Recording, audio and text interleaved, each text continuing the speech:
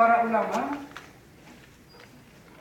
para pendakwah sering menyampaikan bukan hanya untuk bapak, tapi juga untuk ibu yang nggak hadir. Tapi yang nggak hadirnya saja nanti disampaikan, yang untuk bapak dia simpan dulu. Oleh karena itu bagaimana caranya supaya dua-dua ini ke depan nanti Ibu Ketua BKIB ya, hadir bapak dengan ibu sekali. Mau mengira segar begini.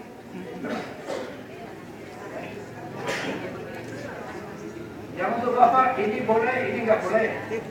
Yang untuk ibu ini boleh, ini nggak boleh. Sekali dengar, nggak bisa mengelak. Ada MTQ keluarga, musabaqah tilawatil Quran tingkat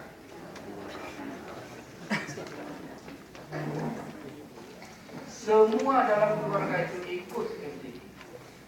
Bapaknya iya, ibunya ya, anak besar ya, anak sedang ya, anak kecil ya. Menurut kelasnya masing.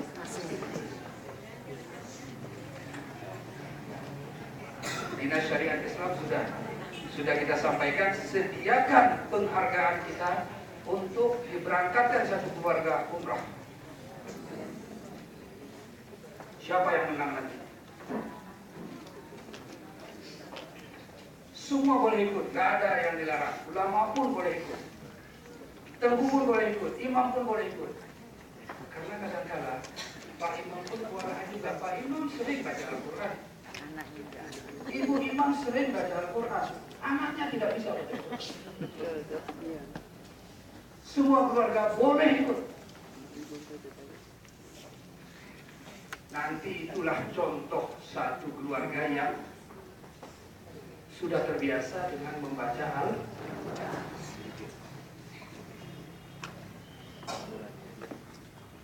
Bagaimana kalau anaknya masih kecil, masih SD?